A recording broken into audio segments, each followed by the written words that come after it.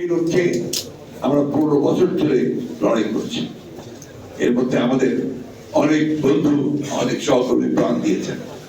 আমাদের প্রায় 800 মতো নেতা কর্মী তারা গুম হয়ে গেছে। এর মধ্যে আমাদের এমপি ছিলেন ইলিয়াস আলী, সেলিম, পারভেজ সহ অনেক ছাত্র নেতা, যুব নেতা তারা ছিলেন। আমাদের প্রায় 2000-এর মতো নেতা কর্মীকে গুলি করে হত্যা করা হয়েছে। 1,45,000 মামলা করা হয়েছে আমাদের 60 লক্ষ মানুষের বিরুদ্ধে 15 বছরে। আমার মনে হয় বিএনপির একটা মানুষও খুঁজে পাওয়া যাবে না যার বিরুদ্ধে মামলা নেই, সেই ইউনিয়ন পর্যায় থেকে শুরু করে একেবারে কেন্দ্র পর্যন্ত। এর মধ্যে সংগ্রামের মধ্য দিয়ে আমাদের আপনারা আজকে আমরা ঐক্যবদ্ধ হয়ে আমরা 31 দফা ব্যাপারে আমরা সবাই একমত হয়ে সেই 31 দফা বাস্তবায়িত করবার জন্য আমরা সংগ্রাম শুরু করেছিলাম। 31 দফা কি ছিল? একটা সংস্কার, যে আমরা রাষ্ট্র ব্যবস্থার সংস্কার চাই, পরিবর্তন চাই, এবং আমাদের মধ্যে যে যুক্তিটা ছিল এইটাকে লক্ষ্যে আমরা আন্দোলন করব, ফ্যাসিবাদকে পরাজিত করে আমরা একটা নির্বাচনে যাব। সেই নির্বাচনে আমরা সব আবার ঐক্যবদ্ধ হয়ে আমরা অবশ্যই 31 দফাকে বাস্তবায়িত। এই ব্যাপারে কিন্তু আমাদের মধ্যে কোনো দ্বিমত ছিল না, আমরা একসাথে আন্দোলন করেছি। আপনারা সবাই জানেন সেই আন্দোলনে কিভাবে আমাদের নেতা কর্মীরা নির্যাতিত হয়েছেন, নিগৃহীত হয়েছেন, নিহত হয়েছেন। আমাদের মনে থাকার কথা যে 7ই ডিসেম্বর 1923 সালে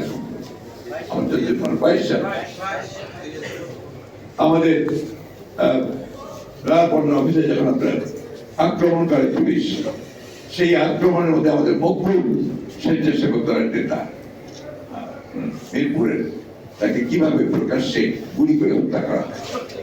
আমাদের সমস্ত শীর্ষ নেতাদেরকে গ্রেফতার করে নিয়ে যাওয়া হয় এবং পরে আমিও তখন গ্রেফতার হই। আমাদের পরে বাধ্য হয়ে আমাদের নেতৃবৃন্দ সেই জনসভাটাকে নিয়ে যান, সমাজকে নিয়ে যান গোলাপবাগে। মনে আছে আপনাদের?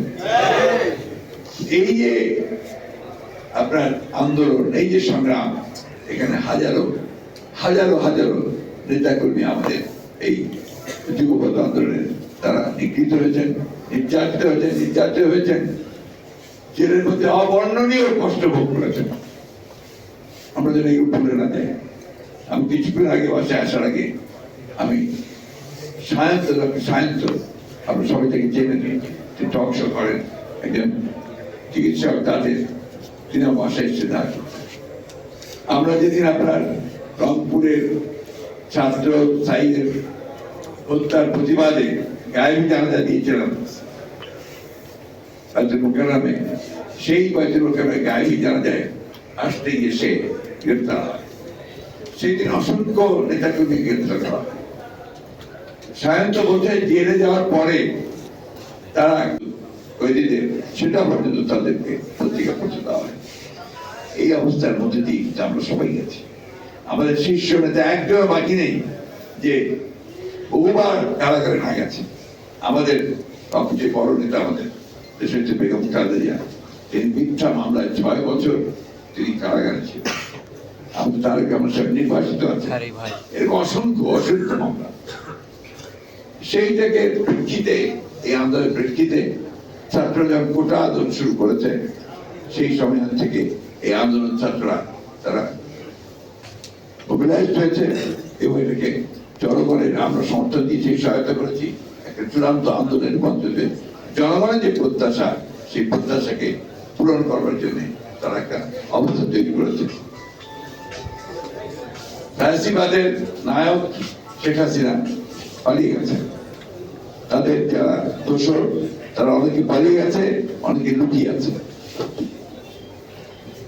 নতুন সরকার গঠন হয়েছে, একটা ইন্টারিম সরকার, অন্তর্বর্তীকালীন সরকার, এবং সেই সরকারের প্রধান হচ্ছেন আমাদের সকলের অত্যন্ত শ্রদ্ধেয় মানুষ প্রফেসর ডক্টর ইউনূস আলী, আরো শ্রদ্ধেয় ব্যক্তিরা এর সদস্য হয়েছে। এদের কাছে আমাদের প্রত্যাশা অনেক। আমরা সবাই মনে করি যে এই ইন্টারিম গভর্নমেন্ট তারা অবশ্যই যৌক্তিক সময়ের মধ্যে তারা একটা নির্বাচনের ব্যবস্থা করবেন। আমি নির্বাচন কথার উপর খুব জোর দিতে চাই এবং যে সংস্কারের প্রশ্ন এসছে সবসময় আসছে, সেই সংস্কারের ব্যাপারেও নির্বাচন অত্যন্ত গুরুত্বপূর্ণ। কারণ final authority is the people. সেটা কিভাবে আসবে? সেটা অবশ্যই একটা নির্বাচিত পার্লামেন্টের মধ্য দিয়ে তাদের মাধ্যমে সেটাকে আসতে হবে, এর কোনো বিকল্প নেই। সুতরাং কয়েকজন ব্যক্তি একটা সংস্কার করে দেবেন এটা আমি বিশ্বাস করি না। আমি বিশ্বাস করি জনগণের অংশগ্রহণের মধ্যে দিয়ে তাদের মাধ্যমে কিন্তু সেই সংস্কার আসতে হবে। আমরা বিশ্বাস করি যে আমাদের এখন যারা এই যে গভর্নমেন্টে কাজ করছেন তারা সবাই অত্যন্ত আন্তরিক, তারা যোগ্য মানুষ, কিন্তু আমরা এটাকে আরো ভিজিবল দেখতে চাই, আরো দৃশ্যমান দেখতে চাই। আমরা দেখতে চাই যে প্রধান উপদেষ্টা তিনি অতি দ্রুত জনগণের সামনে তিনি কি করতে চান তা উপস্থাপন করবেন, একটা রোড ম্যাপ দেবেন কিভাবে তিনি অতি দ্রুত একটা নির্বাচনের ব্যবস্থা করবেন, কিভাবে তিনি প্রয়োজনীয় সংস্কারগুলো ঘটিয়ে তারা জনগণের একটা স্বস্তি দিয়ে তার সামনের দিকে এগোবেন এবং নির্বাচন ব্যবস্থা করবেন।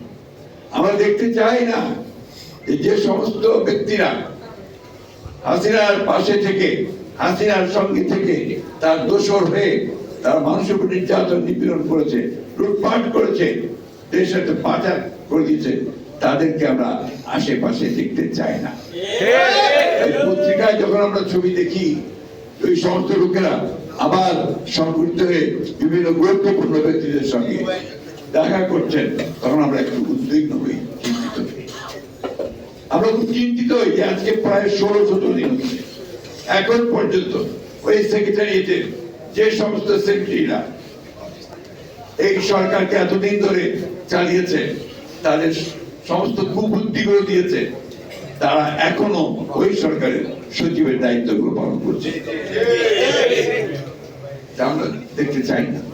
আমরা দেখতে চাই যে অবিলম্বে ওই ব্যুরোক্রেসিতে যারা প্রো পিপল আছেন, যারা জনগণের সঙ্গে সম্পৃক্ত আছেন, আইন মেনে সব মেনেই তাদেরকে আমরা পাশে দেখতে চাই।